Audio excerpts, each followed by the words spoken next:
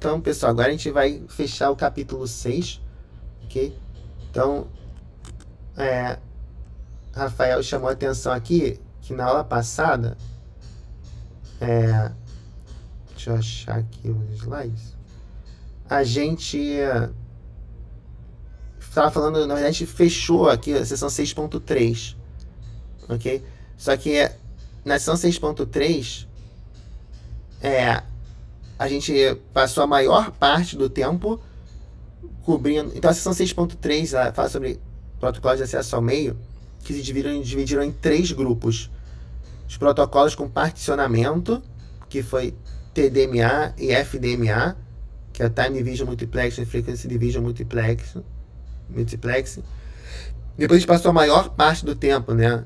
A gente passou umas 3 ou 4 aulas falando sobre as abordagens envolvendo aleatoriedade, que são as abordagens em que você tenta aleatoriamente acessar o canal e ver se tem sucesso ou não, né? E quando tem fracasso, você tem uma colisão e aí tem que tentar de novo. Então a gente se dedicou muito a isso. Mas também tem uma terceira categoria de protocolos de acesso ao meio, que são esses taking turns, né? Então nesses taking turns, você tem algum elemento, né, que é por exemplo, um master que é escolhido usando um protocolo de eleição de líder, né? E aí esse cara vai dizendo, agora é a sua vez, agora é a sua vez, agora é a sua vez. Então não tem como ter colisão, né? Porque é ele que diz quem é a vez de quem, né?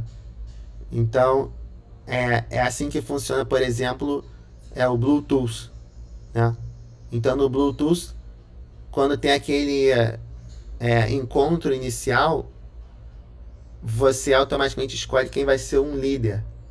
Quando tem encontro entre 2. Quando entra um terceiro, acho que ele automaticamente já mantém o mesmo líder. Quando o líder vai embora, você tem que eleger um novo líder. Quando você percebe que, de alguma forma, não está mais recebendo mensagens do líder, né? O líder deve ficar mandando uma mensagem de heartbeat, né? Uma batida de coração de tempos em tempos. Quando você vê que não tem mais, tem que eleger um novo líder. Mas a ideia é que com isso você resolve completamente aquele problema de ter colisão, né? Porque a colisão acontece exatamente porque 2 tentam transmitir ao mesmo tempo.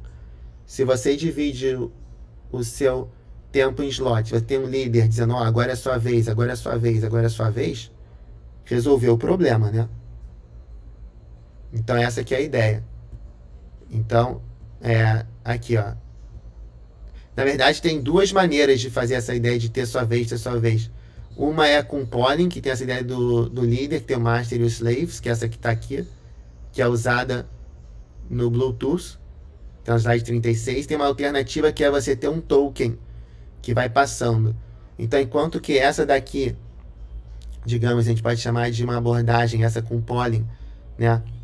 Cada um tem suas vantagens. Essa abordagem com polling, a vantagem é que o master tem o total controle e os nós, se eles agirem de maneira inadequada, o master pode dar uma punição para eles, enfim.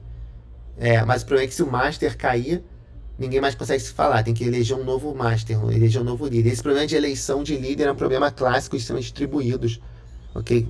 Se eventualmente vocês fizerem uma matéria de sistemas distribuídos, algoritmos distribuídos, nos livros de algoritmos distribuídos tem algoritmos para eleição de líder. Agora, uma alternativa é você ter um token, como se fosse um bastão, que é uma abordagem mais cooperativa. Você passa o bastão, quando você não tiver mais nada para fazer, você passa o bastão para o outro, que vai passando, só que o problema dela é que se o cara ficar com o bastão por muito tempo, pode ser que os outros não consigam fazer o que eles querem, né? Então, os problemas são exatamente, eventualmente, na minha opinião, o principal problema dessa abordagem é esse, que como uma coisa muito cooperativa, né?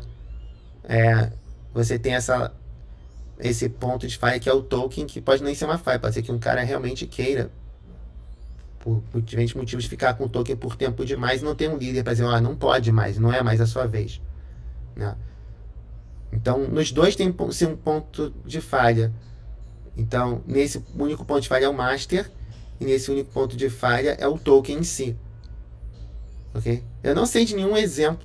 Na verdade, existe uma rede que chama Token Ring, que é uma rede, acho que legada. Eu não sei se ainda existe algum protocolo que funcione nessa base de token. Até ser interessante. Deixa eu ver se existe.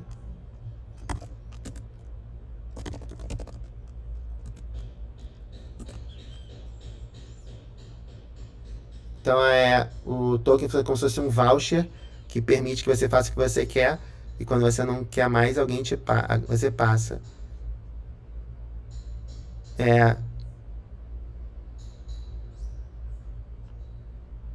Mas eu não sei se existe.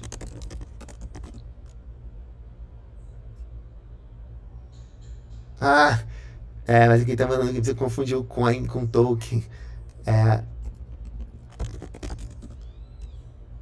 Poxa, mesmo assim.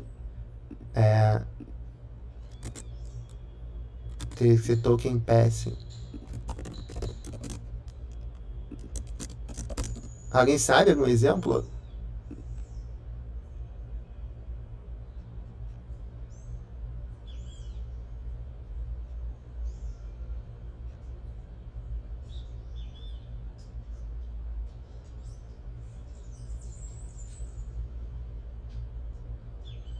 Tem esse 800.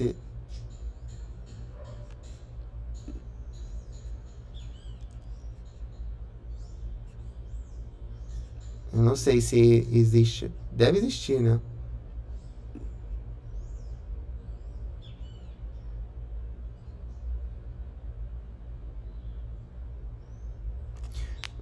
Token passing is a channel access method where a packet called a token is passed between nodes. In contrast to polling, there is no predefined master. The most example of IBM Token Ring in ArcNet. Mas eu não sei se ainda é usado esse IBM Token Ring. Tá vendo? Todos foram populares na década de 90.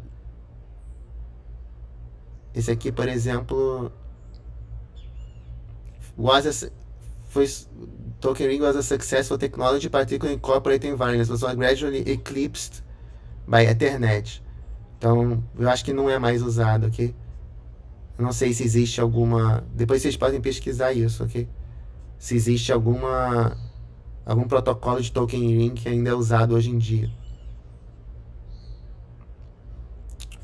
Ok, pessoal? Protocolos de tokens são mais complicados de implementar, porque tem vários estados com token, tem que tomar conta de quando o token some. Exatamente. Acho que é por isso que foi descontinuado. Tudo bem, Rafael? Depois, se quiser, você pode ver mais detalhes sobre o Bluetooth. Ok.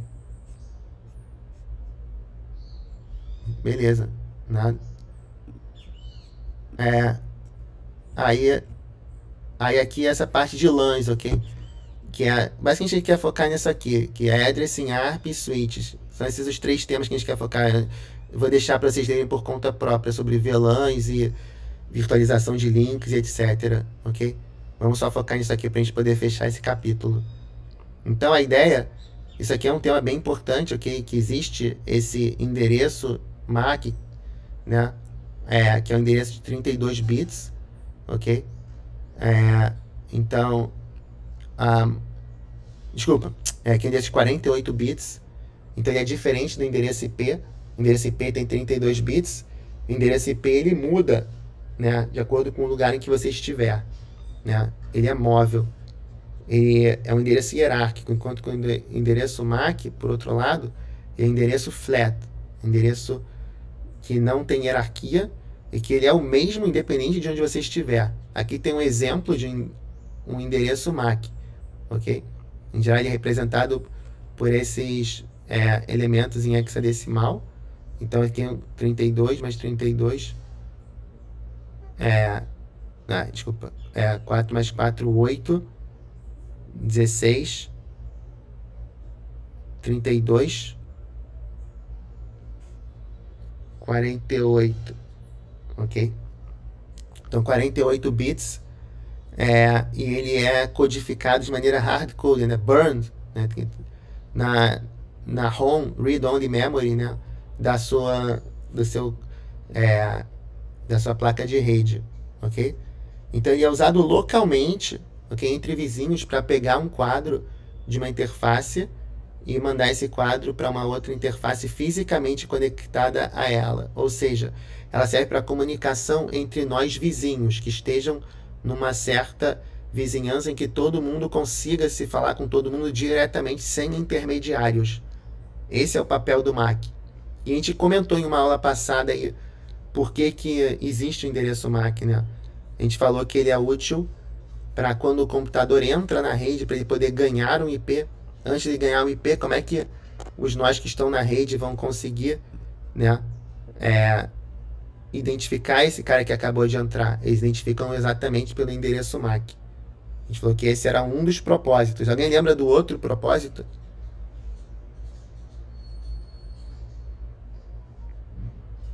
Qual é um outro motivo para existir o endereço MAC? Além desse. Isso que podia ser uma questão de prova também, né, pessoal? Para que serve o endereço MAC? Dois motivos para existir o endereço MAC.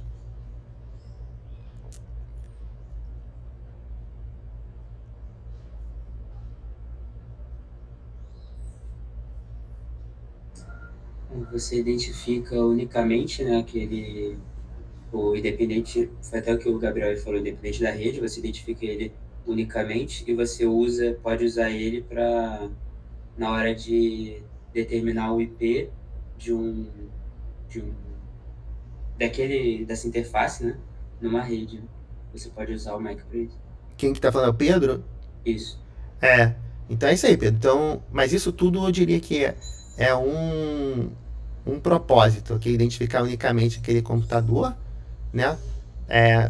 E por que você quer identificar unicamente? Por exemplo, porque quando ele entrar na rede ainda não vai ter um IP, então você precisa de uma identificação única, porque podem entrar múltiplos ao mesmo tempo. Você tem que identificar qual que é qual. Tudo bem? Então é para a entrada de novos nós, né? Para caracterizar novos nós quando eles entram. E também está relacionado com o uso do DHCP. Então, na verdade, a gente pode pensar em três, que eu acho que o José está falando dessa ideia do DHCP, que a gente tinha falado. Isso que a gente falou aqui tem a ver com DHCP, né? Porque quando você entra na rede, você pode usar DHCP para dar um novo IP, então você vai precisar do endereço MAC, mas tem também aquela questão de manter o endereço IP ao longo de várias sessões, como uma coisa que a gente discutiu também no ano passado. Então é útil ter o MAC para isso, para você dizer, olha, eu, por exemplo, quero que uma certa impressora tenha sempre o mesmo IP, então como é que eu vou identificar ela ao longo de várias sessões? Eu desligo, ligo ela de novo, desligo de novo, como é que eu vou saber que eu quero dar o mesmo IP? Pelo endereço MAC. Então tudo isso está relacionado com essa questão da identificação. Daniel Hashimoto está chamando a atenção para um possível outro motivo, fazer o switch funcionar. Aqui entra uma questão de que realmente é útil para fazer o switch funcionar, mas a gente pode até colocar como uma outra abordar um outro motivo, né, que e realmente tem a ver com uma outra com essa outra digamos classe de problemas. Então uma classe de problemas tem a ver com entrada na rede, identificação da entrada, e a outra tem a ver com eficiência da rede, identificação pós-entrada, que aí tem a ver com essa questão tanto de fazer o switch funcionar, quanto com a questão de fazer com que a própria máquina também possa ser desafogada, né? Então eu diria que a primeira classe de problemas tem a ver com identificação da entrada e a segunda tem a ver com eficiência. Então quando o Hashimoto fala sobre switch funcionar, a gente falou que o switch ele direciona exatamente dropar pacotes que não são para mim. Então isso do ponto de vista da máquina, que ela já pode dropar a nível de camada de acesso ao meio, já dropar a nível de camada de camada de placa de rede, então o pacote não sobe em camadas superiores, mas além disso também fazer o switch funcionar, que está relacionado com esse problema de dropar pacotes que não são para mim, né? Porque o switch ele vai dropar os pacotes que não são para certas portas e vai fazer com que aquele pacote só vá para uma determinada porta, ok? Então essas questões relacionadas. Então o endereço MAC ele tem dois propósitos. Um é identificar pacotes, identificar hosts quando eles entram na rede para fins de DHCP, para fins de entrada e para fins de manter IPs ao longo de várias sessões. Esse é um propósito. E o outro é para fins de eficiência, seja para fazer o switch funcionar, seja para dropar os pacotes que não são para mim. Ok? Então, espero que esteja claro, pessoal, para que serve o MAC. Se tiver alguma dúvida, é só avisar. Senão a gente pode passar aqui para o funcionamento aqui, dos endereços, o funcionamento da LAN e do ARP. Então aqui tem uma LAN, ok, Local Area Network, com 4 máquinas, cada um com o seu endereço MAC, ok, e o seu adaptador. Então o MAC address ele é alocado pelo I3E, ok, e uma analogia que endereço MAC é como se fosse seu número de CPF, enquanto que seu IP é como se fosse a sua residência. Então, quando você se muda, a sua residência muda, mas o CPF permanece sempre o mesmo. Ok? Então, enquanto que o MAC é flat, que facilita a portabilidade, né? O IP ele é hierárquico, então não é portável. Quando você muda, o seu IP muda. Então, aqui tem uma pergunta: como determinar o endereço MAC de um host sabendo o seu IP?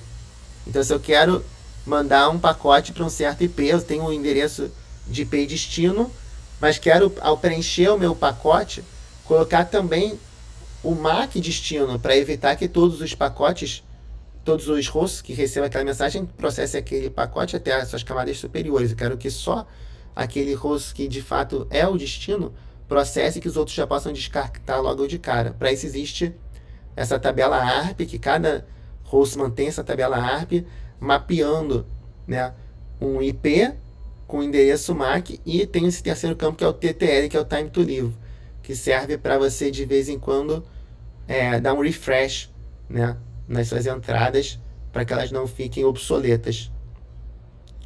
Então a ideia é essa. Se você tem, por exemplo, aí uma máquina A que quer mandar datagrams para a máquina B, né? Se o B não está na tabela MAC, na tabela ARP do A, o que o A vai fazer? Ele vai mandar um broadcast, ok? Para todos nós, por favor, quem tiver esse endereço IP me responda. Aí o B vai responder, dizendo: olha, eu tenho esse endereço IP. Então o A vai aprender que quando ele quiser mandar endereços para aquele IP, pacote para aquele IP, ele vai ter que usar um certo endereço MAC destino, que é o endereço MAC do B. Então o A vai botar em cache, né, esse endereço MAC do B. E agora a gente percebe então que esse ARP é plug and play. Então tanto o switch quanto o ARP são plug and play. Você não precisa configurar nada. Os nós automaticamente aprendem qual o endereço MAC, ok, dos dispositivos com os quais eles estão conectados diretamente, ok? Então os nós criam a sua tabela ARC sem intervenção humana, sem intervenção do administrador de rede. E aí aqui tem um exemplo, ok, de um roteador que tem 2 endereços MAC, um associado a cada interface, e 2 endereços IPs, um associado também a cada interface, ok? Então aqui tem um exemplo que mostra passo a passo quando o A quer mandar um pacote para o B via roteador R, ok? Então o que ele faz? Ele monta esse pacote, ok? Primeiro colocando como destino sempre o destino do IP final, né, que é o 222.222.222.222, mas o endereço MAC destino inicial vai ser o endereço MAC dessa interface aqui. Quando bater nessa interface, o que vai acontecer? Vai mudar o endereço MAC, ele vai chegar até a camada IP, vai mudar o endereço MAC, que vai passar de ser o endereço MAC desse cara daqui, ok? E aí pronto, vai chegar no destino. Então o endereço IP não muda, esse de IP destino não muda, desde a fonte até o destino, mas o endereço MAC vai mudando a cada passo que você dá no seu caminho da fonte até o destino. Ok? Então tem uma animação interativa lá no livro do Kurosu, quem quiser pode ver. E aí aqui a gente passa então para essa parte de Ethernet. Então aqui tem mostrando os primórdios como era a Ethernet, falando conexão física que pode ser na forma de estrela com o switch, ou na forma de todo mundo conectado diretamente com todo mundo. Aqui tem exemplo de um preâmbulo, como é um pacote Ethernet, né? Tem o endereço de destino, é o endereço de origem, né? Esse endereço aqui são endereços MAC, né? E aqui os dados. Então aqui o endereço são exatamente os endereços MAC, o tipo pode ser o tipo vai ser normalmente IP, e tem o CRC que a gente já conversou, que é o código de verificação de erro. O Ethernet é connectionless, unreliable e usa unslotted SMACD com binary backoff, ok? A gente falou na aula passada sobre o que é binary backoff.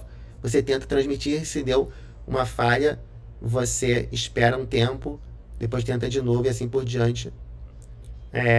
Então aqui tem exemplo desse 802.3, que é a Ethernet para rede cabeada. 802.11 é para wireless, que é o CSMA/CA. E aí entra aqui essa parte final de switches, que a gente fechou aqui a aula de hoje. A gente pode terminar na próxima aula, vocês podem ir dando uma olhada nos slides. Mas a gente está praticamente fechando esse capítulo. Na próxima aula, na quinta-feira, a gente pode só dar uns finalmente e provavelmente passar para ver se tem alguma dúvida e tal, e passar para multimídia, ok?